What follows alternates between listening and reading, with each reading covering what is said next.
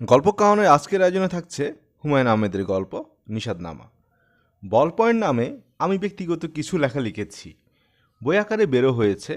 আনন্দ, দুঃখ এবং বঞ্চনার আরও কিছু গল্প আমার ঝুলিতে আছে।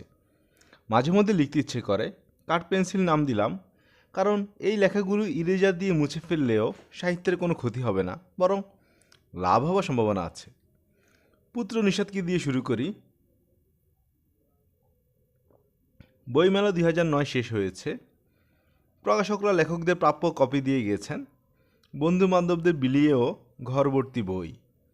পুত্র নিষাদ প্রতিটি বইয়ের ফ্ল্যাপ খোলে, তার বাবার ছবি বের করে এবং এইটা আমার বাবা বলে বিকট চিৎকার দেয়।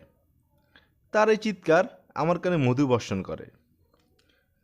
2 বছর বয়সে হঠাৎ এক দুপুরে সে সমালোচকের কঠিন ভূমিকা অবতীর্ণ হলো। আমাকে সে বলল, বাবা বই ছিঁড়ব। আমাকে বলার উদ্দেশ্য হচ্ছে আমি কখনো না বলবো না। তার অনেক কর্মকাণ্ডে তার মা নিষেধাজ্ঞা জারি করে, আমি করি না। করুক না যা ইচ্ছা। আমি বললাম, ঠিক আছে বাবা, বই ছেড়ো। সেই কয়েকটা বই ছিঁড়ল এবং বুঝতে পারলো বই ছেঁড়া খবরের কাগজ ছেঁড়ার মতো এত সহজ নয়। তখন সে বলল, বাবা তোমার বইয়ের উপর আমি পিছু করব। আমার কঠিন সমালোচকদের মুখে এবার নিশ্চয়ই হাসি ফুটেছে। তারা আত্মতৃপ্তি নিয়ে বলছেন, পিশাব করার মতোই জিনিস, আরও আগেই পিশাব করা উচিত ছিল, দেরি হয়ে গেছে।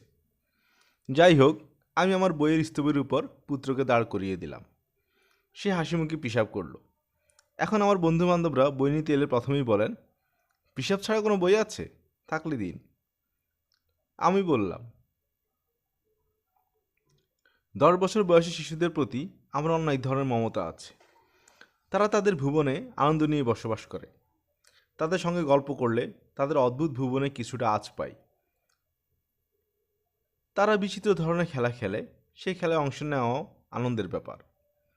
পুত্র নিষাদের বর্তমান খেলা হলো, সে তার নিজের ছোট্ট একটা প্লাস্টিকের মগ নিয়ে এসে বলবে, বাবা এটা গরম চা, খুব গরম, খাও। আমি খুব গরম চা খাওয়ার অভিনয় করলাম। তারপর সে নিয়ে এলো ঠান্ডা চা। আমি ঠান্ডা চা খাওয়ার অভিনয় করলাম। তারপর চলে এলো ঝাল চা। আমাকে ঝাল চা খেয়ে কিছুক্ষণ উহ আহ করতে হলো। তখন হঠাৎ খেয়াল হলো, বারবার সে যে মগে ঘরে পানি আনছে, কোত্থেকে আনছে? বোতল থেকে তো সব পানি ঢালতে পারে না। আমি বললাম, বাবা পানি কোত্থেকে আনছো? সে বলল, বাথরুম থেকে। আমি বললাম, কি সর্বনাশ বাবা, তুমি কি কমর থেকে পানি আনছো? যেখানে তুমি হাগু করো সেখানে? সে বলল, হ্যাঁ। আমি কমোডে 3 মগ পানি খেয়েছি।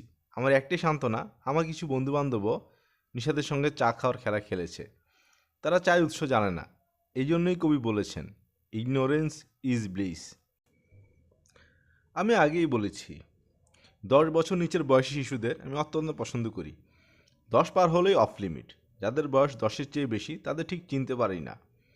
নিষাদের 10 হতে এখনও 8 বছর বাকি। আমি ঠিক করেছি, আমার অন্য বাচ্চাদের আমি যেভাবে আনন্দ দিয়েছি তাকেও সেভাবে দেব। আমার অন্য বাচ্চারা ভাই বোনদের মধ্যে বড় হয়েছে, সে বড় হচ্ছে একা। কাজেই আমি একদিন ঘোড়া সেজে বললাম, বাবা পিঠে উঠো, আমি তোমাকে নিয়ে ঘুরবো। নিষাদ বলল, ঘোড়া উঠবো না, তুমি ফেলে দিবে। আমি ফেলবো না। আমি অত্যন্ত শান্ত ঘোড়া, প্রায় গাধা টাইপ। পুত্র ঘোড়ায় চড়ল, তাকে নিয়ে হামাগুড়ি দিয়ে এগুচ্ছি। পুত্রের মাতা বলল, কি হচ্ছে? আমি বললাম, ঘোড়া হয়েছি। পৃথিবীতে বৃদ্ধ ঘোড়াও কিন্তু আছে। সে বলল, তুমি একজন লেখক মানুষ, তুমি ঘোড়া হয়ে ঘুরছ, দেখতে কেমন জানি লাগছে। আমি বললাম, আমার যে নবী সাল্লাহ সাল্লাম ঘোড়া সেজে তার নাতি হাসান হোসেনকে পিঠে নিয়ে ঘুরতেন। আমি কোন ছাড়। লেখকদের গ্র্যান্ডমাস্টার রবীন্দ্রনাথ ঠাকুর তার নাতনিদের পিঠে চড়িয়ে ঘুরতেন। ঘোড়ার প্রতি তার বিশেষ দুর্বলতাও ছিল। ঘোড়াকে নিয়ে তার বিখ্যাত সব কবিতা আছে। ঘোড়া নিয়ে তিনি কখন কবিতা লিখলেন? আমি আবৃত্তি করলাম কবিতা। তুমি যাচ্ছ পালকিতে মা ছড়ে, দরজা দুটো একটুকু ফাঁক করে, আমি যাচ্ছি রাঙা ঘোড়ার পরে, টকবগিয়ে তোমার পাশে। রাস্তা থেকে ঘোড়ার খুঁড়ে খুঁড়ে রাঙা ধুলোয় মেঘ উড়িয়ে আসে। অশ্বারোহীর মা ক্যামেরা নিয়ে এলো। তার একটা ডিজিটাল ক্যামেরা আছে। এই ক্যামেরায় 1 লক্ষ ছবি তোলা হয়েছে, যা সবই পুত্র নিষাদের। বললাম, একটা ছবি মানবজমিনে পাঠিয়ে দাও। ওরা অনেকদিন আমাকে নিয়ে কিছু লিখতে পারছে না, লেখার সুযোগ করে দাও। ক্যাপশন হবে, হুমায়ুন আহমেদ এখন ঘোড়া। মাটি কাটা ছাড়া এই জগতে দ্বিতীয় কঠিন কাজ হচ্ছে শিশুদের ঘুম পাড়ানো। ঘুম পাড়ানি গান গেয়ে যিনি শিশুদের ঘুম পাড়াতে চেষ্টা করেন, প্রায় দেখা যায় গানের সুরে তিনিই ঘুমিয়ে পড়েন, শিশু জেগে থাকে। নিষাদকে ঘুম পাড়ানোর কঠিন কাজটি আমাকে প্রায়ই পালন করতে হয়। আমি গল্প বলে এই চেষ্টাটা করি। গল্প শুনবে বাবা? শুনবো। রাজার গল্প? না। রানীদের গল্প? শেখ হাসিনা, খালেদা? না। ভূত প্রেত, রাক্ষস খোক্ষস? না। তাহলে কিসের গল্প শুনবে? এসির গল্প। এসি নামক যন্ত্রটি তার মাথায় কীভাবে ঢুকে গেছে আমি জানি না। এটি কারণ হতে পারে গরমে যখন কষ্ট পায় তখন এসি ঠান্ডা বাতাসে আরাম পায়। দ্বিতীয় কারণ, চার কোণে একটি বড় বোতাম টিপলেই হিম হাওয়া দেয়, এই রহস্য। যাই হোক, আমি এসি গল্প বলার প্রস্তুতি নিলাম। গল্প বানানো তো আমার জন্য তেমন কঠিন না, 40 বছরের অভ্যাস। কিন্তু পড়লাম মহাবিপদে। এসি নিয়ে কী গল্প ফাঁদব? বাবা এসি, মা এসি এবং তাদের শিশু সন্তান এসি মানবিক গল্প, সেটা তো বিশ্বাসযোগ্য হবে না। যে কোনো গল্পকেই বিশ্বাসযোগ্য হতে হবে। আমি শুরু করলাম। এক দেশে ছিল একটা এসি। নিষাদ বলল, আর ছিল একটা এসি রিমোট। আমি বললাম, গল্পের মাঝখানে কথা বলবে না বাবা। গল্পের মাঝখানে কথা বললে গল্প বন্ধ হয়ে যায়। একদিন কি হলো শোনো। এসিটা বলল, মানুষকে ঠান্ডা বাতাস দিতে আমার খুব কষ্ট হয়। আমার শরীর গরম হয়ে যায়, তখন জ্বর আসে। আমি সারা রাত মানুষকে ঠান্ডা বাতাস দেই, আর সারা রাত আমার গা এত গরম হয়ে থাকে, এত জ্বর আসে। হঠাৎ দেখি এসির প্রতি মমতায় আমার পুত্রের ঠোঁট ভারী হয়ে এসেছে।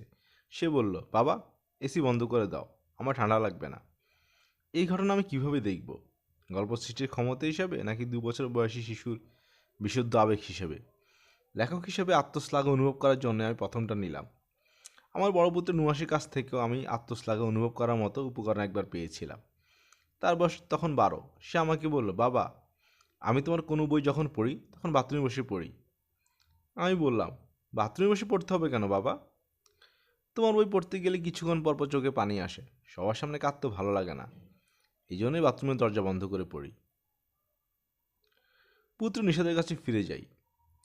তার গল্প দিয়ে নিষাদ নামার ইতি টানি। নিষাদ খুব গান ভক্ত। তার অতিরিক্ত সঙ্গীতপ্রীতি আমার মধ্যে সামান্য হলেও টেনশন তৈরি করে, কারণ গানের প্রতি অস্বাভাবিক দুর্বলতা অটিস্টিক শিশুদের মধ্যে দেখা যায়।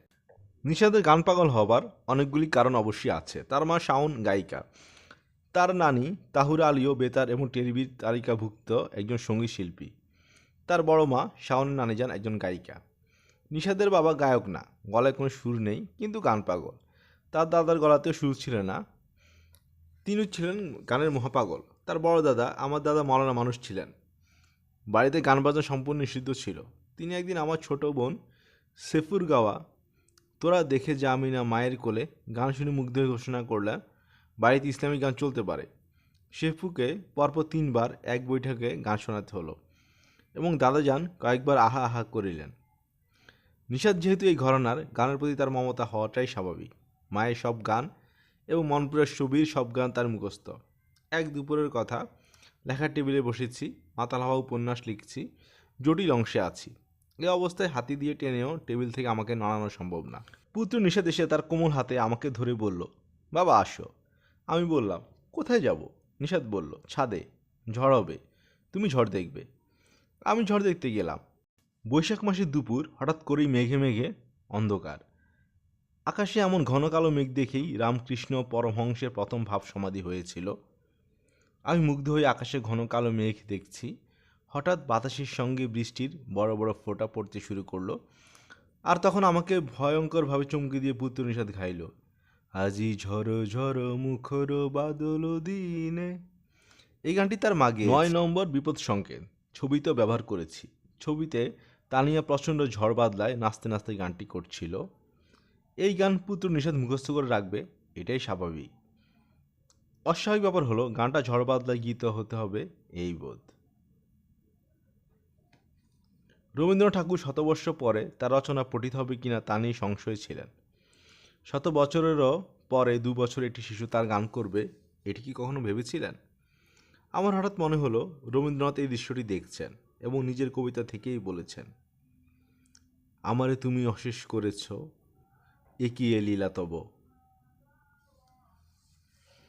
এতক্ষণ আপনারা শুনছিলেন হুমায়ুন আহমেদের গল্প নিষাদনামা। আমরা নিয়মিত গল্প পাঠ করে শোনাচ্ছি। নিয়মিত গল্প শুনতে আমাদের চ্যানেলটি সাবস্ক্রাইব করে পাশে থাকুন। ভালো থাকুন। ধন্যবাদ।